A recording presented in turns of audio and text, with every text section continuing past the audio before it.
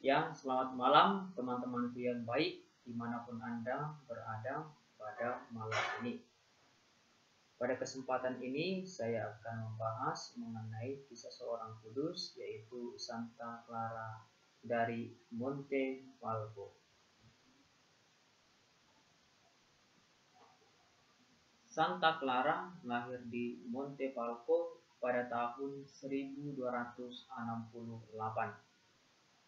Itu tahun kelahiran dia. Tetapi ada keunikan di dalam diri Santa Clara tersebut, di mana ketika dia berusia 6 tahun, dia telah diizinkan untuk memasuki sebuah pertapaan milik kakaknya sendiri, yaitu Giovanni. 6 tahun, ya. 6 tahun itu adalah masih anak yang mau masuk SD gitu ya, biasanya 6 tahun. Tapi Santa Clara telah memasuki pertapaan di usia 6 tahun. Selama di pertapaan, dia sangat rajin berdoa dan bermati raga. Cukup ekstrim ya, anak usia 6 tahun kurang lebih, dia telah rajin berdoa dan bermati raga. Ini saya pikir hal-hal seperti ini cukup langka kita temukan di dalam kehidupan kita sehari-hari. Sebab usia 6 tahun itu biasanya anak-anak itu ya bisa dikatakan sebagai belum ada kesadarannya secara pendidikan gitu kan. Masih bermain, bahkan masih nangis-nangis gitu kan. Masih berkelahi, tingkah lakunya pun masih banyak yang aneh-aneh ditemukan pada usia itu. Tetapi Santa Clara yang kecil itu, dia telah melakukan mati raga. Dia telah dapat menikmati kehidupan bersama Sang Ilahi itu, yaitu kehidupan di dalam doa. Dalam kehidupan di dalam doa ada keindahan, ada kemesraan dengan Tuhan itu sendiri. Itulah yang dilakukan oleh Santa Clara tersebut.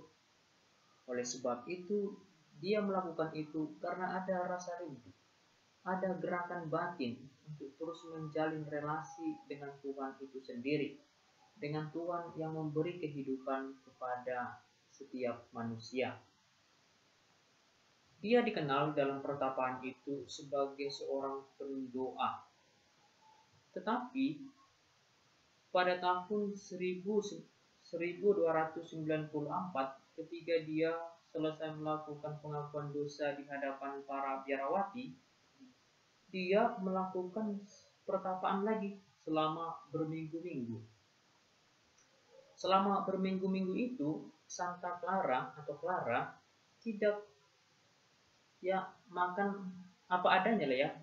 Katanya menurut data, para suster hanya mengantar air gula kepadanya. Itulah makanannya sehari-hari selama berminggu-minggu. Saya pikir dalam keadaan ini pastilah badan dia kurus karena tidak dipenuhi oleh protein-protein yang dibutuhkan oleh tubuh. Tapi kenapa dia melakukan tindakan ekstrim seperti itu ya? Dan juga dia, saya pikir, kurang menikmati masa mudanya.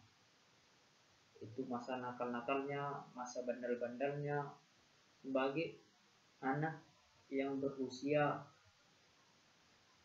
cukup muda, ya kan? Tapi dia sudah melakukan pertapaan yang cukup ekstrim. Ini merupakan gerakan batin, gerakan dari dalam. Hal ini kalau dipahami secara rasional, saya pikir ini kurang masuk akal. Tapi kalau ini dipahami secara intuitif, ini menjadi sebuah kekayaan atau nilai estetik dari sebuah kehidupan spiritual yang cukup radikal begitu. Dia melakukan pertapaan selama berminggu-minggu. Dalam pertapaan itu, dia melihat bahwa dirinya diadili Tuhan tersebut. dan juga dia mendapat karunia juga bahwa dirinya diberi oleh Yesus Kristus salib. Salib itu adalah simbol. Simbol itu adalah mengungkapkan di luar dirinya, gitu ya. Jadi salib diberi oleh Yesus ke dalam hati Santa Clara. Oleh sebab itu, setelah dia menerima mistik ini, karunia-karunia mistik itu, hidupnya menjadi menderita. Memang begitulah pengikut Kristus ya. Jika manusia mengenal Kristus lebih dalam, maka manusia itu akan berani menderita. Berani menderita, menyatukan diri terhadap penderitaan Yesus. Yaitu khususnya hari suci. Itu adalah hari yang cukup mengagumkan bagi orang Kristen yang mengimani Kristus itu sebagai penyelamat, ya kan? Di mana Kristus menderita, di mana Kristus harus wafat, di mana Kristus bangkit. Itu sebenarnya realitas hidup sebagai umat Kristiani. Dia menderita setelah mendapatkan penglihatan, setelah disentuh oleh Tuhan, diberi karunia. Setelah dia menderita, tetapi dalam kehidupannya sehari-hari, dia tidak menunjukkan bahwa dia menderita. Tapi dia di hadapan para suster tetap ceria. Itu menjadi sebuah keunggulan lah ya, atau keunggulan kepribadian sebagai pengikut Kristus. Jadi sebenarnya pengikut Kristus itu, walaupun dia menderita, dia tidak tunjukkan itu, supaya orang lain bertanya-tanya, supaya dikasihani, ya. Tetapi orang Kristen yang mengenal Kristus itu secara lebih baik, memahami kehendak Tuhan itu, dalam penderitaannya itu ada nilai kerohanian yang harus dia terima, bahwa Tuhan akan bekerja, bahwa Tuhan akan memberi kekuatan kepada saya untuk menanggung, menerima penderitaan ini sebagai diriku memiliki kelemahan, yaitu kelemahan kemanusiaanku. Teman-temanku yang baik, dimanapun Anda berada, siapapun Anda, kita sebagai manusia hendaklah semakin hari semakin mengenal diri kita dan mengenal Sang Pencipta itu. Dan juga ketika Santa Clara ini menjadi seorang pemimpin biara, dia cukup dikenal oleh anggota komunitasnya sebagai pribadi yang mau berbagi, sebagai pribadi yang mau membantu orang miskin, di mana ia menganjurkan kepada anggota-anggota komunitasnya untuk berani berbagi kepada orang lain, orang yang membutuhkan. Itulah sebenarnya pengikut Kristus.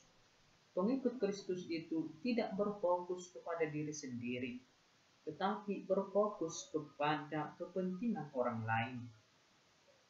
Karena apa dia dapat melakukan itu? Karena dia digerakkan oleh Roh. Roh itulah yang memberi daya kepada dia. Itulah yang dilakukan oleh Santa Clara dari Monte Falco. Dan juga ada yang paling unik dalam diri Santa Clara ini, yaitu pada tanggal 17 Agustus 1308, ya, bukan 17 Agustus yang sering kita nyanyikan ya, seperti 17 Agustus tahun 45, kan itu. Tapi 17 Agustus tahun 1308, itulah kematian Santa Clara. Itu dia ya. Di situ Santa Clara menyelesaikan penjaraannya di dunia. Ketika dia hendak dimakamkan, atau ketika ia sebelum mati, dia berpesan kepada para suster, teman-temannya, sebelum saya eh, dimakamkan, bukalah hati saya, kata dia.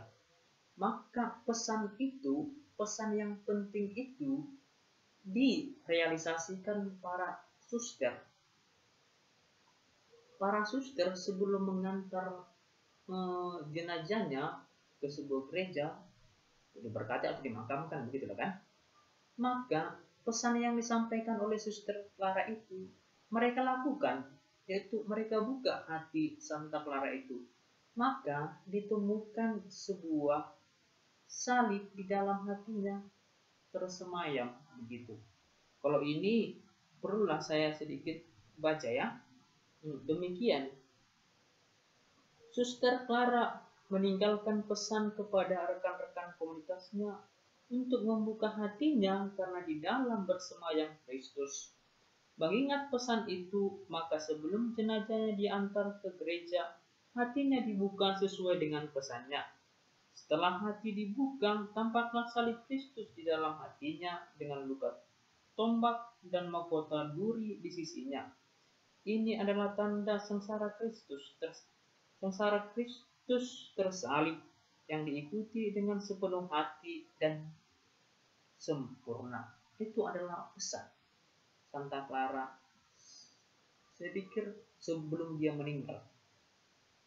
Biasanya orang sebelum meninggal itu pesan-pesan terakhir itu cukup esensial itu ya, cukup penting begitulah. Nah, jadi teman-temanku yang baik dimanapun Anda berada, setelah 700 tahun mayat Santa Clara ini tidak busuk, tetapi tetap tidak rusak gitu lah, tapi tetap mengeluarkan wangi-wangian. Ini sebuah keajaiban ya. Ini sebuah tanda bahwa kehidupan surgawi itu ada ya kan? Bukan akan ada, tapi sudah ada. Itu disediakan oleh Kristus itu sendiri sebagai jalan kebenaran dan hidup menuju Bapa. Oke teman-temanku yang baik, semoga Anda semakin berbahagia di dalam menghadapi kehidupan ini